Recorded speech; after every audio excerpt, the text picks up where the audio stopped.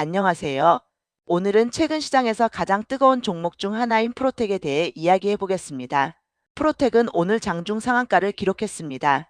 그런데 중요한 건 이 상한가가 단순 테마성 급등인지 아니면 구조적인 변화의 신호인지를 구분하는 겁니다. 오늘 영상에서는 차트 흐름부터 재무, 업황, 상승 재료, 리스크, 그리고 앞으로 추가 상승 여력이 있는지, 마지막으로 투자자 입장에서의 대응 전략까지 차분하게 하나씩 짚어보겠습니다. 1차트부터 보겠습니다. 먼저 차트입니다. 프로텍은 작년 12월 중순 이후 약 3만원 초반에서 4만원 초반 사이에서 한 달 이상 박스권 흐름을 이어왔습니다. 거래량은 줄어들었고 시장 관심에서도 살짝 멀어져 있던 구간이었죠. 그런데 1월 말 들어서면서 이 박스권 상단을 강하게 돌파했고 오늘은 거래량이 평소 대비 10배 이상 터지면서 상한가까지 직행했습니다. 이 흐름의 특징은 단순합니다. 조용히 눌려있던 종목이 실적이라는 숫자 하나로 인식이 바뀐 전형적인 패턴입니다. 기술주는 차트보다 왜 지금 시장이 다시 보기 시작했는지가 중요합니다. 이 재무 상한가를 만든 결정적 숫자, 이제 실적을 보겠습니다. 2025년 연결 기준 실적입니다. 매출액은 2,301억 원, 전년 대비 35% 증가했습니다. 영업이익은 462억 원, 전년 대비 무려 244% 증가했습니다. 여기서 중요한 건 증가율보다 질입니다. 매출이 늘어난 것도 의미 있지만 영업이익이 3배 이상 늘었다는 건 이익 구조 자체가 바뀌었다는 뜻입니다. 과거 프로텍은 장비 매출이 늘어도 마진이 크게 개선되지 않는 전형적인 중소형 장비주 이미지가 있었습니다. 그런데 이번 실적은 다릅니다. 고마진 장비 비중이 늘었고 고정비 레버리지가 제대로 작동하면서 영업이익률이 20%에 가까운 수준까지 올라왔습니다. 시장은 이걸 보고 이렇게 해석합니다. 이제 프로텍은 경기 따라 움직이는 장비주가 아니라 기술로 돈을 버는 구조로 들어왔다. 3. 업황 왜 지금 후공정인가? 이제 업황을 보겠습니다. 현재 반도체 시장의 핵심 키워드는 명확합니다. AI, HBM 첨단 패키징입니다. 전공정 미세화는 점점 한계에 다다르고 있고 이제는 후공정에서 얼마나 정밀하게, 얼마나 빠르게, 얼마나 적은 열로 연결하느냐가 경쟁력이 됐습니다. 이 과정에서 2.5D 3D 패키징, HBM 척층, 그리고 고난도 본딩 공정의 중요성이 급격히 커졌습니다. 바로 이 지점이 프로텍이 있는 자리입니다. 사상승 재료 레이저 본더 그리고 ASE. 프로텍의 가장 중요한 상승 재료는 레이저 본딩 장비입니다. 프로텍은 글로벌 최대 OSAT 업체인 ASE에 AI 반도체용 레이저 본더를 실제 양산 공급했습니다. 이게 왜 중요하냐면 ASE는 테스트만 해보는 회사가 아닙니다. 여기서 통과되면 다른 글로벌 OSAT로 확산될 가능성이 열립니다.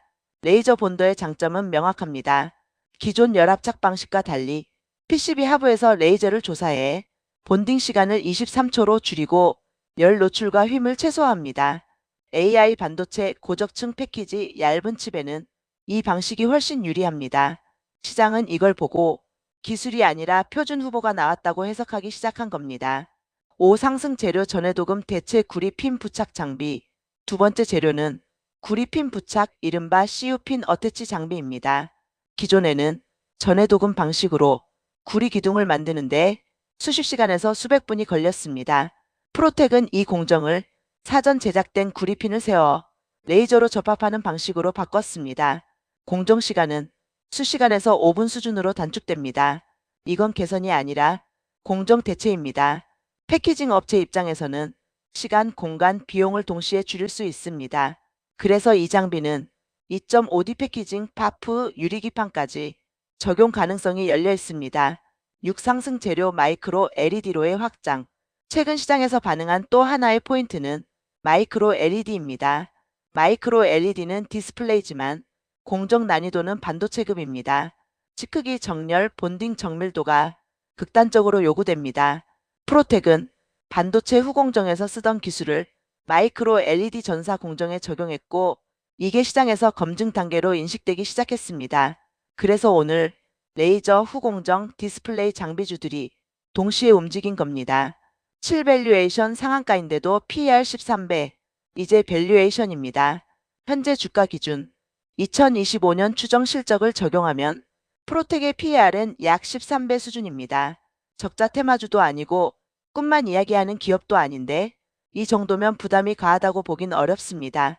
그래서 오늘 시장에서 상한가인데도 재평가 구간이라는 말이 나온 겁니다. 팔 리스크 반드시 봐야 할 부분. 물론 리스크도 있습니다. 첫째, 단기 과열입니다. 거래량이 너무 빠르게 터졌고 단기 조정 가능성은 열어둬야 합니다. 둘째, 후속 뉴스 공백입니다. 기술은 확인됐지만 추가 수주 공시가 늦어지면 주가는 쉬어갈 수 있습니다. 셋째, 과거 회계 이슈입니다. 이미 1심 판결까지 나온 사안이지만 기관이나 장기 자금에게는 심리적 할인 요인으로 남아있을 수 있습니다. 구 앞으로 추가 상승 여력은 있는가? 이 질문에 대한 답은 단기와 중기를 나눠서 봐야 합니다.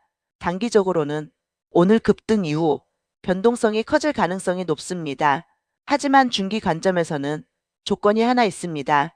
레이저 본더와 첨단 패키징 장비가 실제 수주와 실적으로 이어지는지 이게 확인된다면 프로텍은 단순 장비주가 아니라 후공정 핵심 플레이어로 재정이 될 수 있습니다. 투자자 대응 전략, 마지막으로 대응 전략입니다.